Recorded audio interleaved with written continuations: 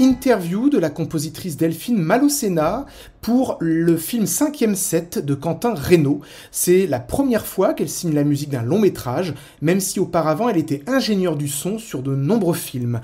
Le film à l'affiche le 16 juin 2021. Delphine Malaucena nous parle donc de ce travail, notamment très en amont, dès le scénario.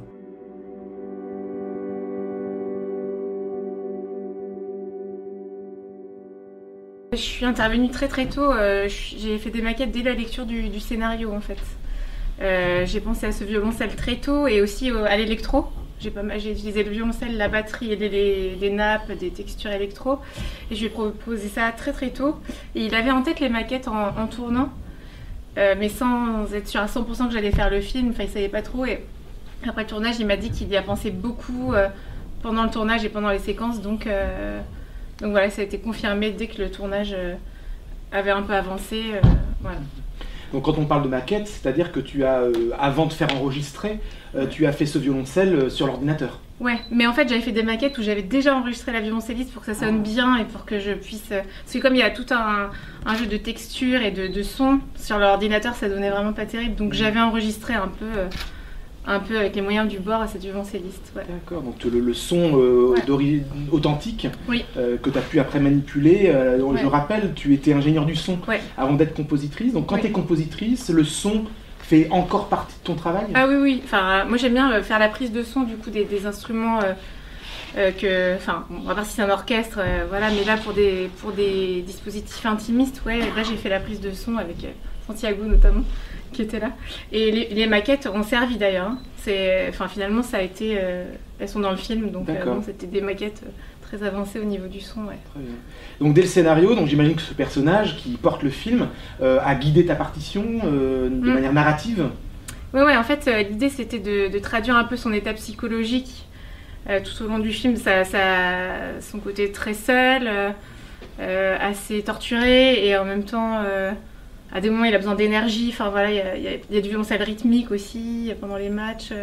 Il y avait ces matchs là qui étaient pas faciles à faire en musique parce qu'il y a un match, le dernier match, il dure 30 minutes quand même.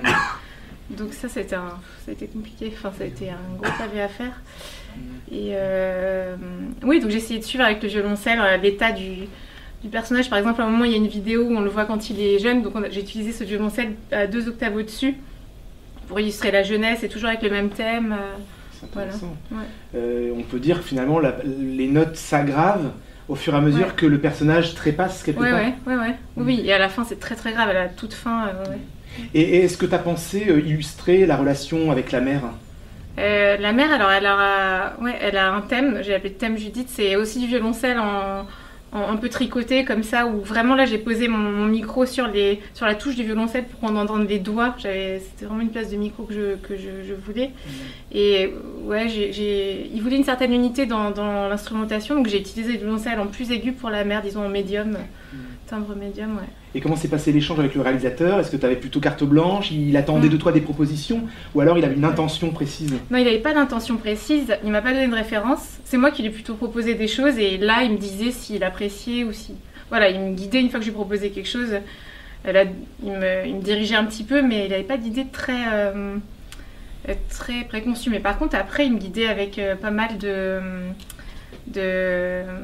précision. Voilà, il était... Voilà. Et souvent, quand on intervient en amont, et notamment là sur le scénario, évidemment, le montage va ensuite exiger des réajustements de la partition.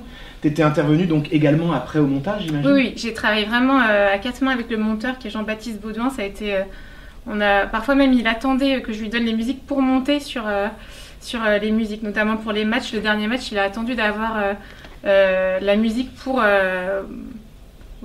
monter ses plans. Et après, il y avait des allers-retours, mais des fois, il m'a vraiment attendu, quoi. On a voulu vraiment qu'à des moments on sente cette dissonance, cette rugosité qu'il a en lui. Donc on a vraiment utilisé le grain du violoncelle au maximum. Parfois on l'a fait crisser, etc. Puis parfois il est plus romantique. Mais on a utilisé ça, c'est ça, du violoncelle. Et la lumière du film est assez lumineuse. Donc il y a évidemment le terrain du tennis avec ce soleil de zénith. Et finalement la part sombre du film, c'est la musique. Par contre, ça, Quentin m'avait dit ça. Il voulait vraiment quelque chose je me souviens de son mot, il voulait quelque chose de très radical en musique. Et donc, et de très sombre. Ouais. Et en termes de placement, est-ce qu'il avait aussi des intentions précises ou tu as aussi proposé en disant que là il en faut ou là il en faut pas? En termes de placement, ça s'est fait beaucoup avec le monteur aussi, Jean-Baptiste. Et lui, le monteur a proposé des choses aussi. J'avais fait des thèmes et lui, il les a placés. Enfin, ça, c'était vraiment... Ouais, c'était assise qu'on l'a fait avec le réalisateur, le monteur et moi. Parfois, j'aime bien envoyer aussi des musiques et que le monteur s'en empare et propose des choses. Je trouve ça assez intéressant, ouais. Alors être ingénieur du son et être compositeur, compositrice, c'est pas le même travail, mais est-ce que c'est ton premier long métrage? Mais est-ce que le fait d'avoir fait du son sur d'autres longs métrages, c'est comme si c'était pas ton premier quelque part?